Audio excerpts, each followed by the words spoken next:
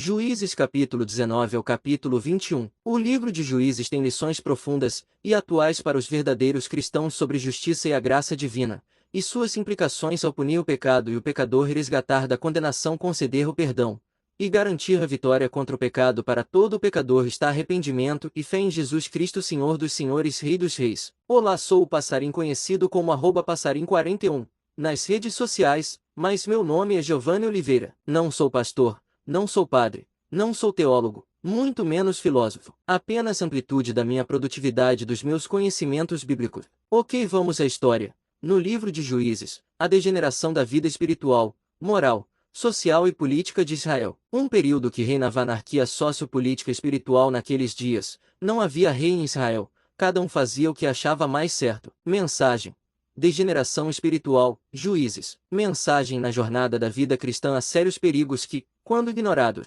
nos conduzem à degeneração espiritual, ao viver reprovado por Deus, resultando na ruína de um indivíduo, família, igreja, nação. Justiça e graça divina. Juízes capítulo 19 a capítulo 21. O livro de Juízes tem lições profundas e atuais para os verdadeiros cristãos sobre justiça e a graça divina, e suas implicações ao punir o pecado e o pecador, e resgatar da condenação, conceder o perdão e garantir a vitória contra o pecado para todo pecador está arrependimento e fé em Jesus Cristo, Senhor dos Senhores, Rei dos Reis. Reconciliação do levita com a concubina. Capítulo 19, versículo 1 a 9. Este levita não é o mesmo citado nos capítulos anteriores. Uma concubina não tinha o status de esposa. A concubina teve problema com o levita, e tudo leva a crer que houve infidelidade da parte dela, e foi para a casa de seu pai. 4 meses depois o levita vai em busca dela, sendo muito bem recebido na casa do sogro, de onde parte no 5º dia após a sua chegada. Um horrível acontecimento em Gibeá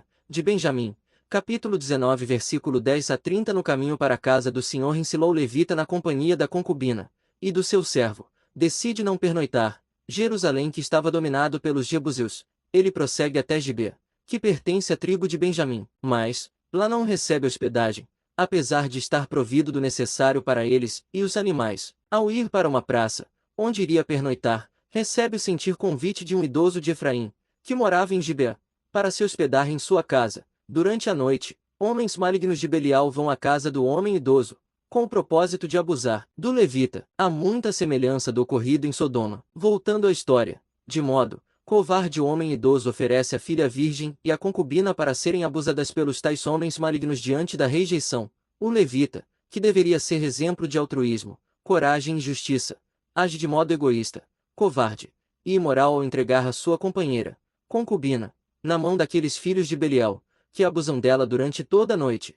sendo que ela fica à porta da casa de madrugada até o amanhecer sem qualquer socorro, pelos que estão na casa, vindo a falecer. Porém aqueles homens não o quiseram ouvir. Então o levita pegou a sua concubina e a entregou a eles do lado de fora, e eles a forçaram e abusaram dela toda a noite até pela manhã.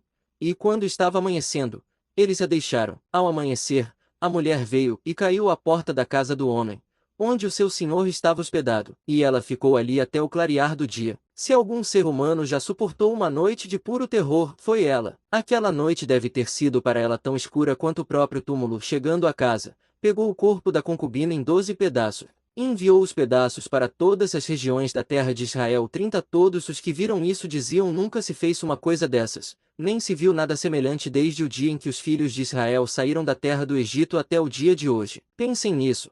Discutam entre si e digam o que se deve fazer. A concubina em 12 pedaços, e por mão de mensageiros se envia cada pedaço para todas as regiões da terra de Israel, causando em Israel grande indignação e sede de vingança. O pecado pode tornar-se grotesco e profundo quando as pessoas desprezam a autoridade de Deus. A vingança das tribos de Israel. As tribos de Israel, sem a tribo de Benjamim, se congregam diante do Senhor em Mispa, como se um homem só, e mobilizam 400.000 soldados de infantaria que puxavam da espada. E após ouvir o levita que de forma sutil, distorcido contou sobre o ocorrido, partem para a vingança. As tribos de Israel enviaram homens por toda a tribo de Benjamim, dizendo: que maldade é essa que foi feita no meio de vocês? E agora entreguem-nos aqueles homens, homens malignos, que estão em Gibeá, para nós fazer justiça e tiremos esse mal do meio de Israel. Mas os filhos de Benjamim não quiseram ouvir a voz de seus irmãos, os filhos de Israel. Ao contrário, vindos de suas cidades, se ajuntaram em Gibeá,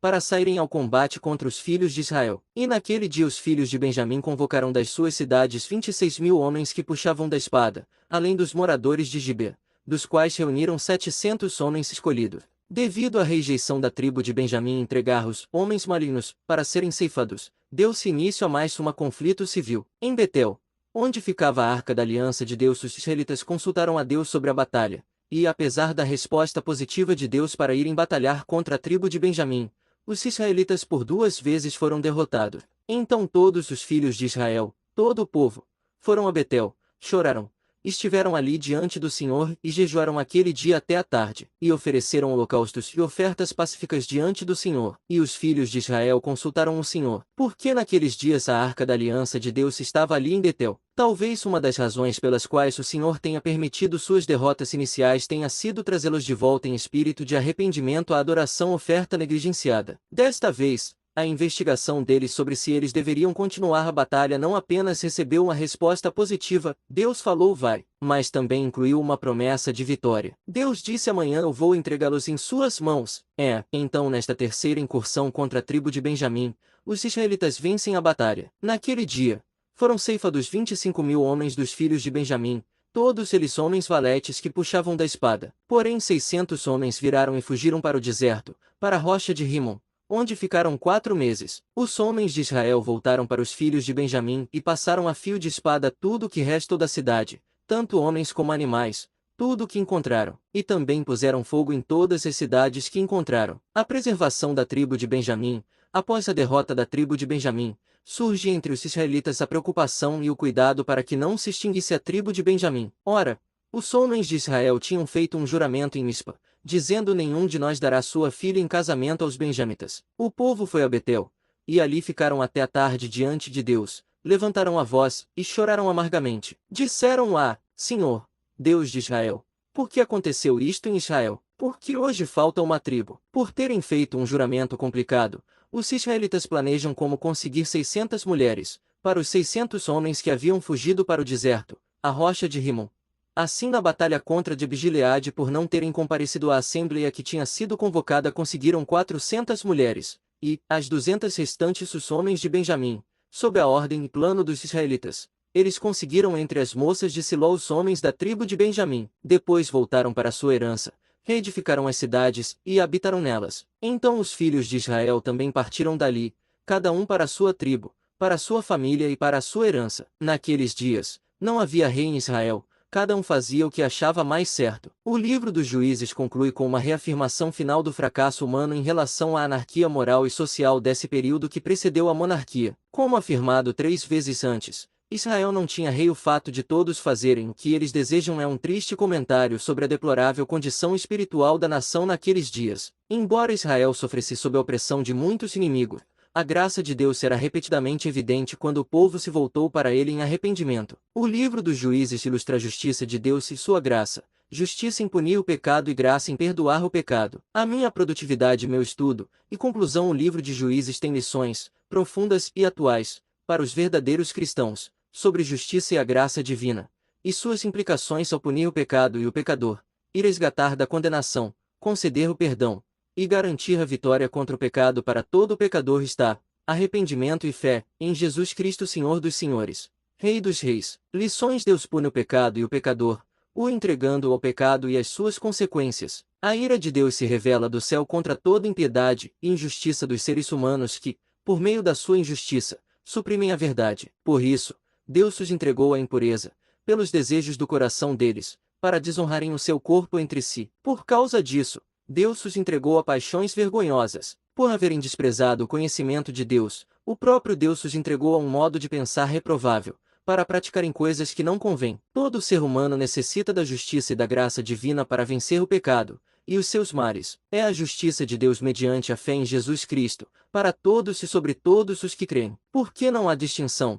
Pois todos pecaram e carecem da glória de Deus, sendo justificados gratuitamente, por sua graça, mediante a redenção que há em Cristo Jesus. A história de Israel serve como exemplo e advertência para o verdadeiro cristão, aquele que é justificado pela fé em Jesus Cristo. Estas coisas aconteceram com eles para servir de exemplo e foram escritas como advertência a nós, para quem o fim dos tempos tem chegado. Por isso, Aquele que pensa estar em pé veja que não cai a ponto não sobreveio a vocês nenhuma tentação que não fosse humana, mas Deus é fiel e não permitirá que vocês sejam tentados além do que podem suportar, pelo contrário, juntamente com a tentação proverá livramento, para que vocês a possam suportar. Todo cristão deve viver em temor e para a glória de Jesus Cristo, o Rei dos Reis, aquele que governa com justiça e graça eterna. Encerramento da série de mensagens em Juízes. Lembre-se a sua responsabilidade, debaixo da graça e capacitação divina é de perseverante, e confiantemente aplicar os princípios e as verdades divinas que tem ouvido. Ao meditar nesta mensagem, pergunte-se o que Deus quer transformar no meu modo de pensar e agir. Como eu posso colocar isso em prática na minha vida? Qual o primeiro passo que darei nessa direção, para que haja real transformação em suas vidas? Muito obrigado por ter ficado até no final da minha produtividade, do meus estudos. Se vocês gostaram, me sigam em todas as plataformas. Sou Passarim, @passarim41. Meu nome é Giovanni Oliveira. Eu sou Passarim.